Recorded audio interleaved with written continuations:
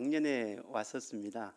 일부 예배 드리고 걸어오는데 꽤 이렇게 고바우 같은데 있더라고요. 그래서 보니까 교회 이름이 터가 높고 아름다운 교회 청신제일교회 이렇게 했습니다. 그 제가 키가 작은지 높이 있는 걸 좋아해요. 보통 있으면 뭐 아무리 유명한 사람도 못 보거든요, 제 키 때문에. 근데 좀 높이 있으면 뭐든 보이지 않습니까? 그 행복한 왕자라는 그 작은 동화에 그 어린 행복한 왕자 동상이 공원의 맨 꼭대기 높은 데 있었어요. 왜 있었을까? 거기서 행복한 왕자는 뭘 봤을까? 거기서 본 것은 어, 도시 다 전체를 볼 수 있으니까 도시에서 가장 어렵고 가장 힘들고 눈물 많이 흘리는 사람들을 보면서 자기의 심장도 주고 자기의 팔도 주고 뭐 자기의 모든 귀한 것을 주는 것을 보면서 터가 높고 아름다운 청신제일교회가 이 꼭대기에 있는 게 뭐 누구보다 앞서 나가라는 것보다 가장 어려운 지역사회의 가장 어려운 사람들과 함께 하라는 하나님의 뜻인 줄 알고 함께 그분들과 함께 섬기면서 하나님의 길을 가는 우리 청신제일교회 되기를 주님의 이름으로 축복합니다. 네. 아까 아멘 소리가 보통 교회보다 한 7배 더 크시더라고요. 그래서 이 교회는 보통 교회가 아니다. 내공이 있는 교회다. 목사님이 이렇게 딱 코치를 하시는 대놓고 코치. 예, 오늘 말씀은 그 목사님께서 워낙에 이제 집밥을 해주시니까 오늘 말씀은 그냥 짜장면 정도로 별미 정도 그냥 한 번 먹어볼 정도로 이렇게 하나님 말씀 워낙에 좋아서 그 본질만 흐트리지 않으면 다 좋은 말씀인데 목사님 말씀은 집밥, 제가 나누는 말씀은 짜장면 또는 뭐 계란 들어간 라면 정도로 생각하시고 오늘 편하게 이렇게 졸다 보면 끝나버립니다. 그러니까 졸면 민망할 거니까 짧게 할 거니까요. 말씀을 함께 나눴으면 좋겠습니다. 오늘 말씀이 가위바위보죠. 제가 한번 박수 잘 치는 우리 성가대 중에서 한번 여쭤볼까요? 목사님께서 머리카락이 나셨더라고요. 예, 오늘 점심 먹으면서 한 40분 동안 그 이야기를 간증을 하시더라고요. 예, 목사님 많이 멋있어지셨어요, 그죠? 예, 질문 하나 해볼게요. 목사님이 멋있죠? 목사님 아주 멋있죠? 저는 어떤가요? 멋있죠? 자, 그러면 앞에 계신 분 문제입니다. 목사님이 더 멋있나요? 제가 더 멋있나요? 딱 한마디로. 뭐 둘 다 이렇게 하면 안 됩니다. 말씀해 주세요.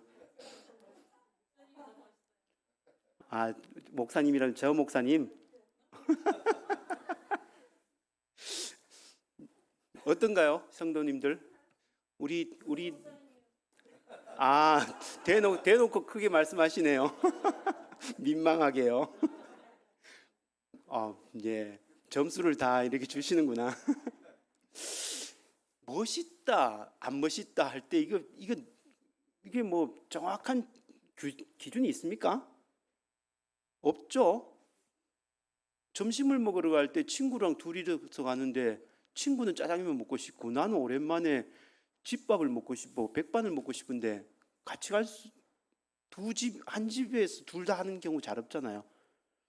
그러면 뭐 짜장면이 맛있나요? 백반이 맛있나요? 다 맛있죠, 그죠? 그러면 그때 어떻게 하죠? 정신제일교회는 진짜 생각지 못한 진짜 대단한 뷔페 갑니다. 맞습니다. 제가 말문이 막혀서 더 이상 잠시만요. 제가 길을 잃었습니다. 맞아요. 그때 감사합니다. 그때 우리가 무게가 같을 때 짜장면이냐 집밥이냐 목사님이 멋있냐 제가 멋있냐 이게 무게가 비슷비슷할 때 어떻게 하죠? 가위바위보를 하는 거죠. 그러면 아까 권사님이신가요? 노란 옷 입으신 분이? 권사님, 그러면 목사님이 더 멋있다 했죠? 여기는 제가 더 멋있을 수도 있다라고 했죠? 그럼 그때 어떻게 한다고요? 가위바위보. 권사님 저랑 가위바위보 하는 겁니다.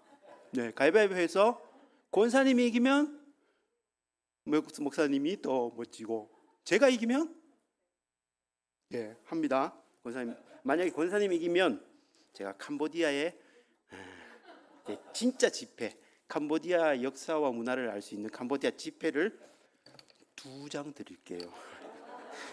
자, 우리 목사님의 명예를 걸고, 자, 가위바위보 합니다. 권사님, 가위바위보.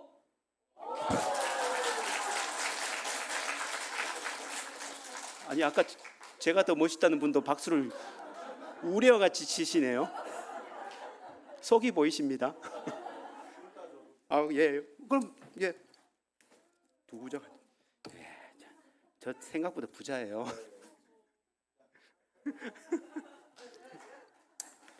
아이고, 이렇게 한 6분이 흘러가 버렸네요. 가위바위보 하면서 아무 의미 없는 가위바위보 하면서 6분이 흘러가 버렸다고 생각하지 마시고, 오늘 말씀인데 그냥 농담으로 제가 한 거고, 제가 박영준 목사님 참 존경합니다. 저보다 인격의 너비가 더 넓고 기도의 길이 길고 비전의 높이 끝없이 높고 사랑의 깊이가 저보다 더 깊으신 박영준 목사님, 우리 청신제일교회 성도님들, 우리 목사님을 위해서 많이 기도 부탁드리겠습니다. 네. 농담으로 가위바위보 했지, 그러면 오늘 제가 왜 가위바위보를 했을까? 성경하고 무슨 관계가 있지? 제가 오늘 궁금한 게 있었는데 이런 생각입니다. 좀 당돌하면서도 엉뚱한 생각인데, 예수님이 가위바위보를 해봤을까? 이 생각을 들었습니다. 예수님이 가위바위보를 해봤을까요? 해봤을까요? 잘 모르죠. 역사학자들도 잘 모르죠. 뭐 가위바위보가 언제 생겼는지 사실 아직도 정확하게 파악이 안 되니까. 그런데 제가 오늘 성경을 보면서 분명히 예수님은 가위바위보를 하셨다라는 결론에 이르렀습니다.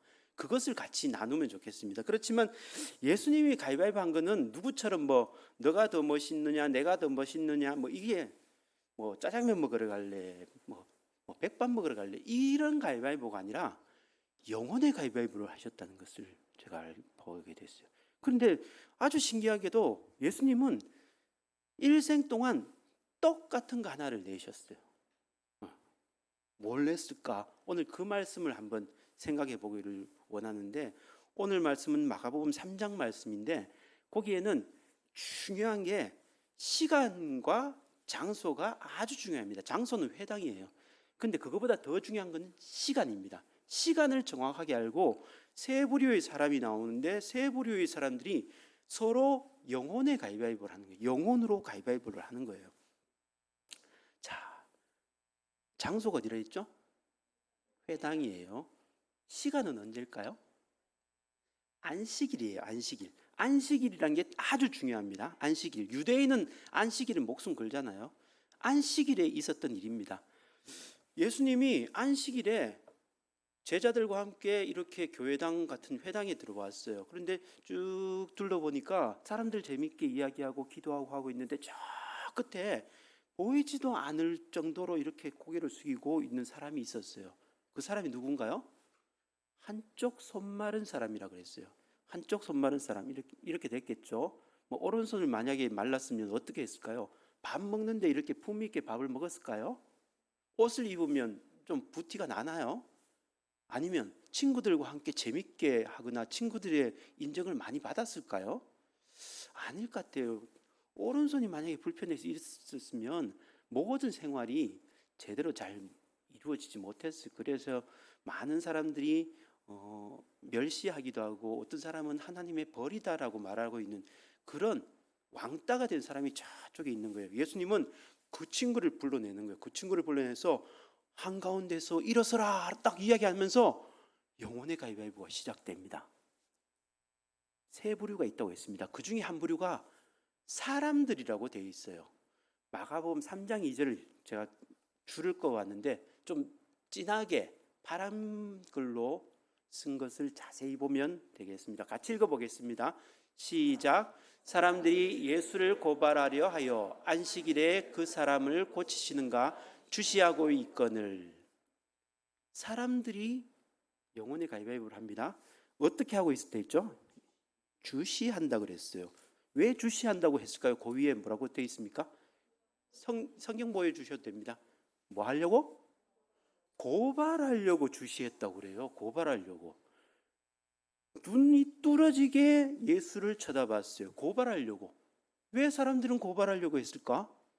안식일과 관련되죠. 손 마른 사람이 있는데 예수님이 불러낸 거야. 사람들은 기억했어요. 저 사람 지난번에 안식일에 귀신 들린 사람을 고쳐준 그 사람이야. 그 사람이 또 안식일에 손 마른 사람을 고쳐주려고 해. 하면서 고발해야지 합니다. 무슨 일일까요? 안식일에 한쪽 손 마른 사람을 고쳐주면 안식일 법을 어떻게 하는 걸까요? 어기는 거예요. 안식일에는 사람이 다쳐도 고쳐줄 수 없어요. 안식일에 유일하게 사람을 도와주고 고쳐줘서 안식일 법을 어기지 않는 유일한 예외가 있는데, 죽을 병에 걸린 사람을 도와주면 그것은 안식일 법을 어기는 게 아니에요. 귀신 들린 사람은 어떻게 된가요? 죽을 병인가요? 아니죠.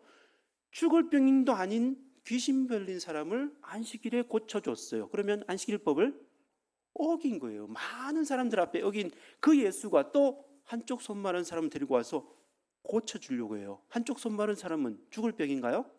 아니잖아요. 그러면 어떻게 되죠? 또 사람들이 많은 앞에서 안식일 법을 대놓고 어기는 사람이에요. 그러니까 어떻게 해야 돼요? 고발해야죠. 고발하려고 진짜 고치기만 고쳐봐. 사람들이 눈에 불을 켜고 보고 있어요. 자, 상상력을 발휘해야 됩니다. 사람들은 영혼의 가위바위보 중에서 뭘 냈을까요? 어렵죠. 어려운 질문일수록 문제가 갑니다. 자, 상상력이 필요합니다. 사람들이 주시를 했다 그랬죠. 예수가 안식일에 또 사람을 고쳐주려는가 보면서 눈에 쌍심지를 켜고 예수를 뒤에서 비난을 했어요. 손가락질을 하고 비판을 하고 욕을 했어요. 사람들은 영혼의 가위바위보 중에 뭘 했을까요? 가위. 맞습니다. 우리 체크무늬. 예, 오늘 목사님 나오긴. 사람들이 뭘 냈다 그랬죠? 가위. 예수님을 어떻게 했죠? 욕했고 비판했고 손가락질했고 수군수군 됐어요. 사람들은 예수님에게 가위질을 했습니다. 그러면 우리가 늘 성경에서 보는 또 한 부류가 있는데, 어떤 부류냐면 바리새인들이라고 합니다. 바리새인들은 뭘 냈는지 6절을 보면 나와 있습니다.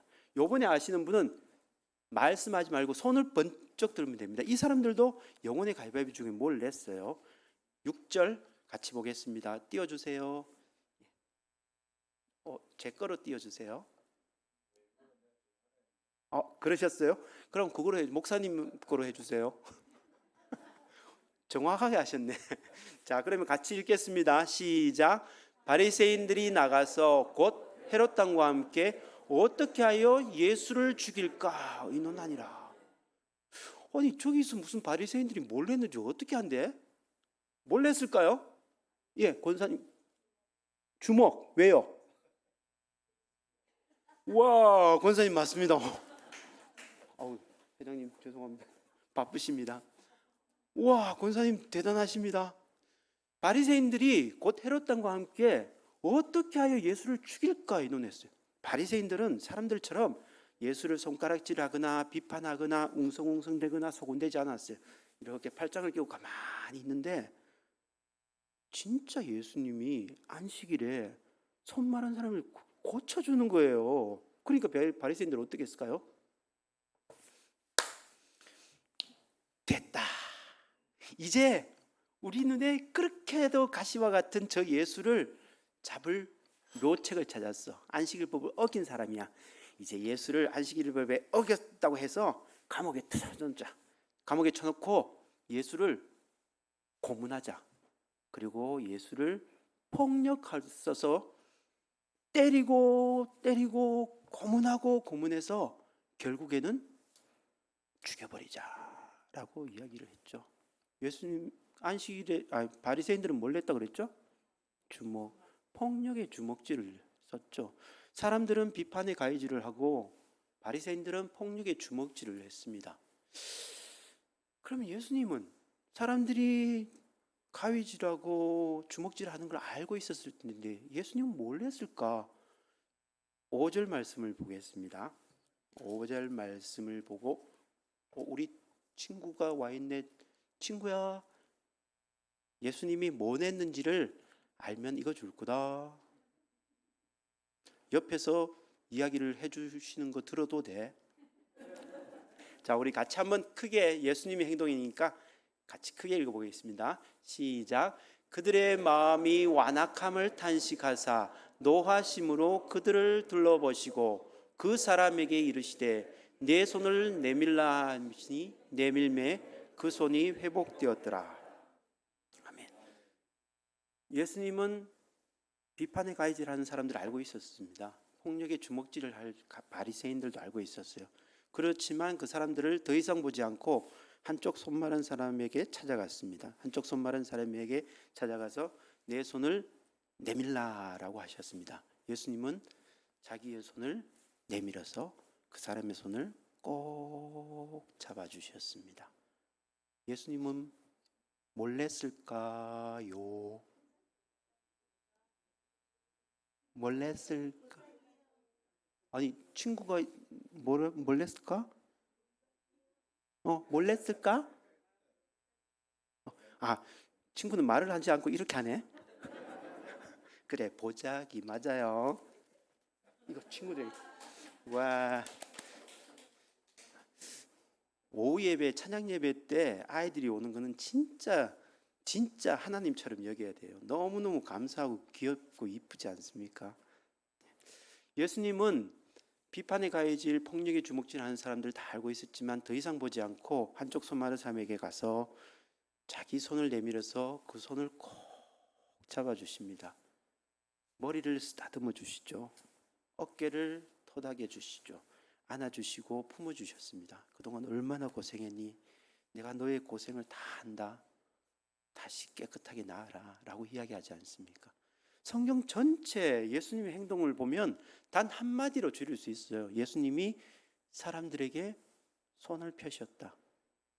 예수님이 사람들의 손을 잡아주셨다 라고 이야기하면 성경을 해석하지 못할 게 없을 것 같아요.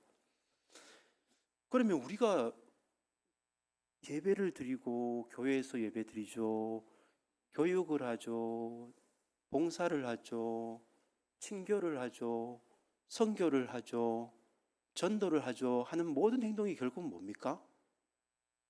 사람들에게 손을 잡아주는 거 아닙니까? 예배가 뭡니까? 예배 때 하나님, 저 일주일 동안 많이 힘들었어요. 제 손을 잡아주세요. 그럼 하나님이 어떻게 합니까? 기도와 말씀과 성경 풀이를 통해서 하나님 우리의 손을 잡아주지 않습니까? 그럼 우리가 힘이 나죠? 힘이 나면 어떻게 합니까? 저렇게 작은 아이들 가르칩니다. 그게 뭐죠? 교육이잖아요. 그게 아이들의 손을 잡아주는 거 아닙니까? 그러면 봉사는 뭡니까? 지역 주민들의 손을 잡아주는 게 봉사 아닙니까? 선교는 뭡니까? 먼 데 있는 사람들의 손을 잡아주는 거 아닙니까? 전도가 뭡니까? 예수님 믿지 않는 사람들에게 손을 잡아주는 거 아닙니까? 결국은 우리가 교회 생활에서나 집안 생활에서나 사회 생활에서 예수님이 우리에게 보여주는 가장 원형적인 본이 사람들의 손을 잡아주는 거다라고 생각을 합니다. 저는 그 선교를 하고 있습니다. 선교를 하는데 어떤 분들은 선교하고 전도하고 다르다고 생각을 해요.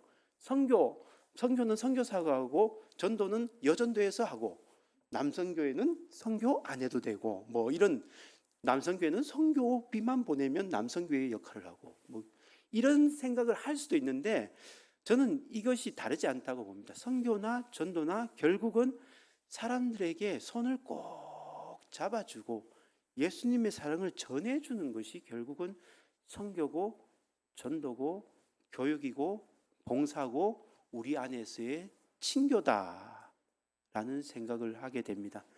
자, 그 사진 하나 보여주시겠습니까? 저는 선교사를 돕는 하나 봉사회인데 저렇게 사랑의 죽을 이렇게 주고 있습니다. 선교사님이 어떤 생각을 했냐면 아이들에게 캄보디아어를 가르치고 이렇게 교육을 하려고 하니까 아이들이 너무너무 이렇게 풀이 죽어서 있더랍니다. 그 토요일 날도 그렇고 이렇게 풀이 죽어서 이렇게 운동장에 수십 명이 있는데 왜 그러냐 보니까 밥을 못 먹었대요. 그러니까 부모님들이 형편이 어렵기도 했지만 둘 다 맞벌이로 나가면 아이들이 아침을 밥을 못 먹는 거예요. 점심까지 그러는 거예요. 그래서 선교사님이 이 아이들 캄보디아어 가르치는 것도 중요하지만 죽을 먹이는 것이 중요하겠다 해서 사랑의 쌀죽을 먹였답니다. 그 쌀죽을 이렇게 먹였는데 이만한 들통에 먹입니다. 몇 명을 먹이냐면 그 다음에 보면 50명을 먹여요. 50명이 다 한 가정의 아이들이 아니겠죠. 가정이 수십 가정이 되겠죠. 저 아이들을 먹이고 저 아이들이 먹으니까 힘이 나잖아요. 재밌게 놀다가도 그 다음엔 또 어떻게 그 다음 장에 보면 뭐 캄보디아어도 배우고 친구들하고 재밌게 놀고 이렇게 하는 것을 이분이 오랫동안 감당을 했다고 이야기를 합니다. 근데 저 사랑의 쌀죽이 뭐 비싸냐? 그렇게 비싸지도 않더라고요. 우리가 말하면 이 죽값이 한 200원 정도 돼요. 한 그릇에 200원인데 이것을 뭐 50명을 먹이면 하루에 10,000원이면 되더라고요. 10,000원이면 저 아이들이 다 먹는 거예요. 선교사님이 돈의 문제가 아니라 이거는 마음의 문제다 해서 선교사님들이 어렵고 힘든 아이들을 꼭 품어주고 손을 잡아준 거죠. 그렇다 보니까 아이들이 예수님의 사랑을 자연스럽게 느껴가는 그런 과정을 제가 볼 수 있었습니다. 이렇게 한번 생각을 해볼까요? 선교사가 이제 선교를 하고 전도를 합니다. 우리가 또 전도를 하고 교육을 합니다. 봉사도 합니다. 여러 가지를 다 합니다. 그러면 아이들을 가르치는 교육이나 모르는 사람을 전도하는 전도에 있어서 한번 열심히 손을 잘 잡아주면 그 사람들이 전도됩니까? 어떤가요? 한 번만에 잘 안 되죠, 그죠? 한 번만에 잘 안 돼요.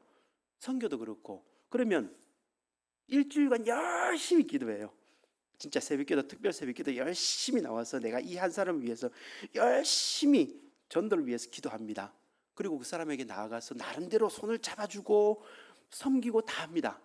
전도가 됩니까? 되던가요? 일주일 만에 전도 됩니까?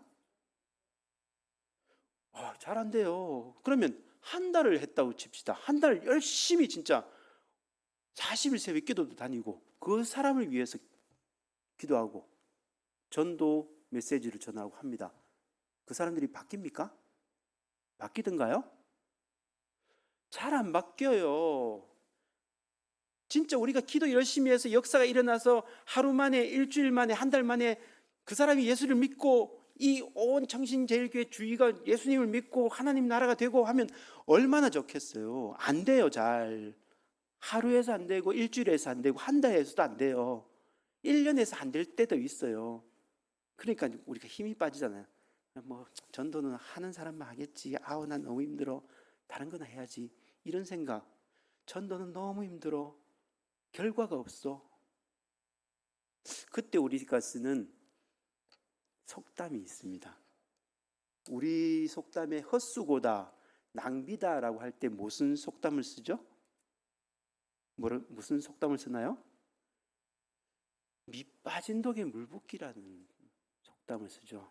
그래서 저도 이제 선교 동원을 하고 선교사를 돕기도 하고 하지만 가끔씩 그 생각을 합니다. 너무 힘들어요. 한 달, 1년, 3년 해도 안 될 때가 있어요.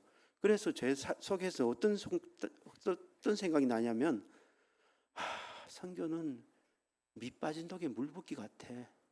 낭비야, 허비야, 변화가 없어. 너무 힘들어. 그런 생각이 저에게도 납니다.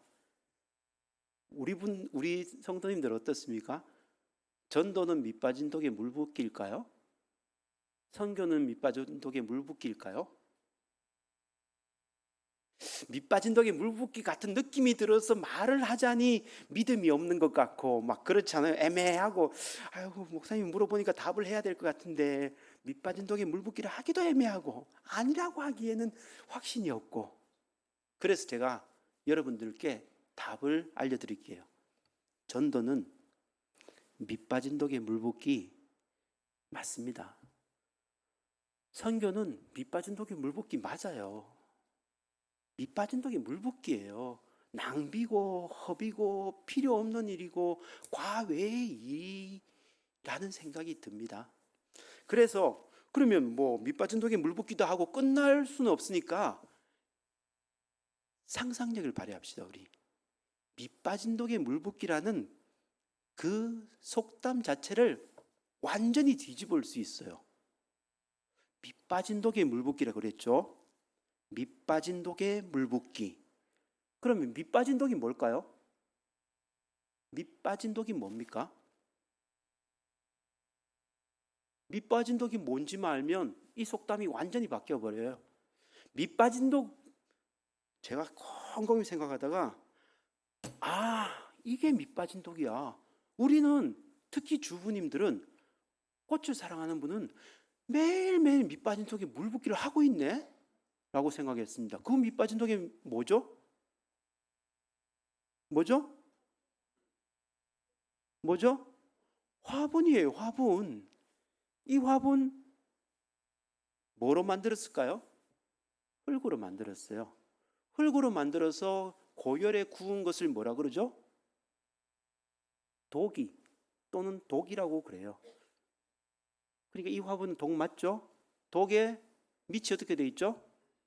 구멍이 나 있잖아요. 밑 빠진 독 맞잖아요.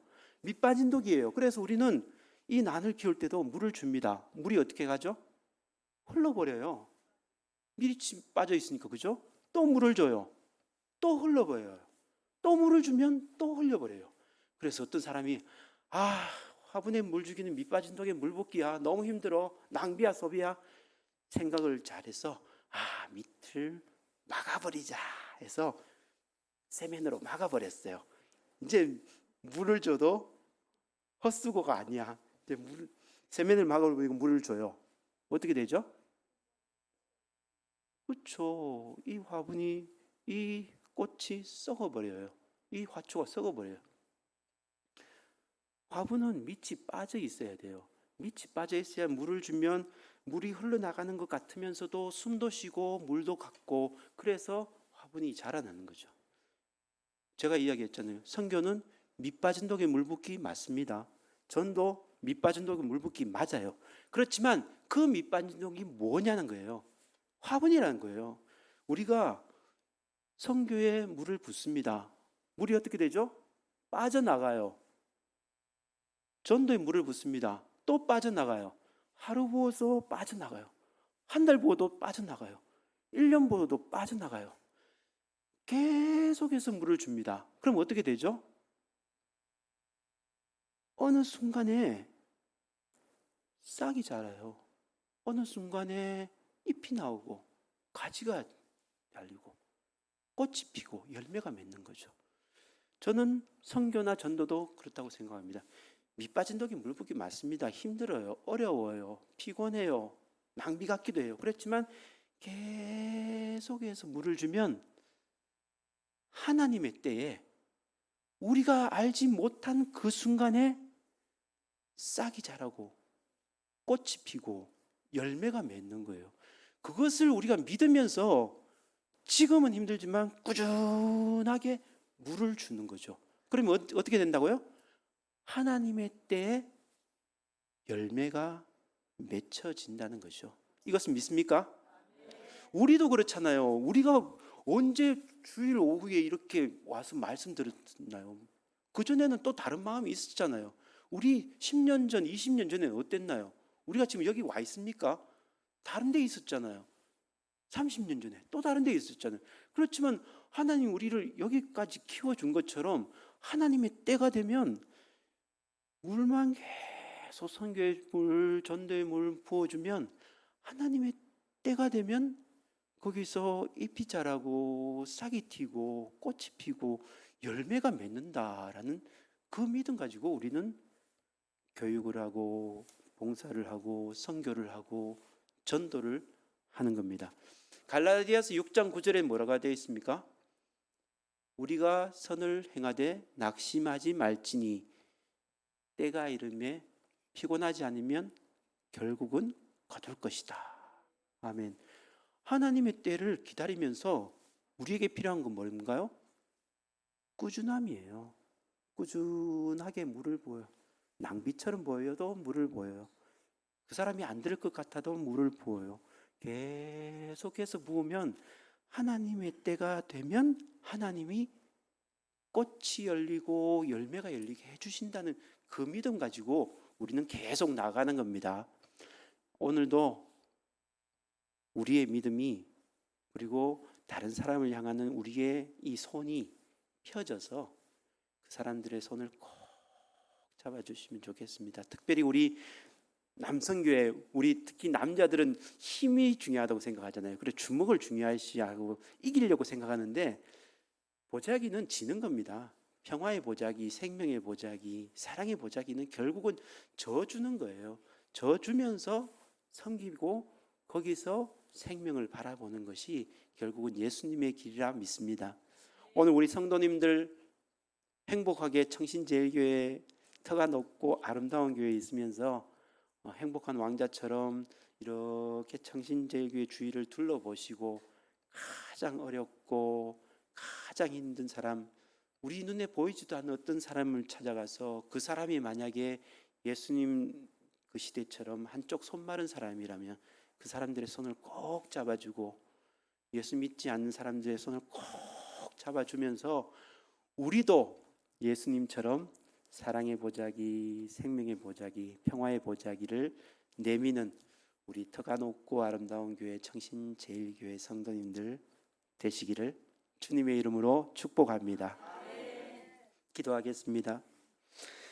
사랑의 하나님, 터가 높고 아름다운 높은 교회에 있으면서 교만하거나 다른 사람에게 무관심하지 않고 예수님처럼 사람의 보자기, 생명의 보자기, 평화의 보자기를 펴서 사람들의 손을 잡아주면서 예수님의 사랑을 더욱더 많이 깨달아 알아가는 청신제일교회 성도들 될 수 있도록 주님 날마다 우리 삶에 임마누엘의 복으로 함께하여 주옵소서. 예수님 이름으로 기도합니다. 아멘.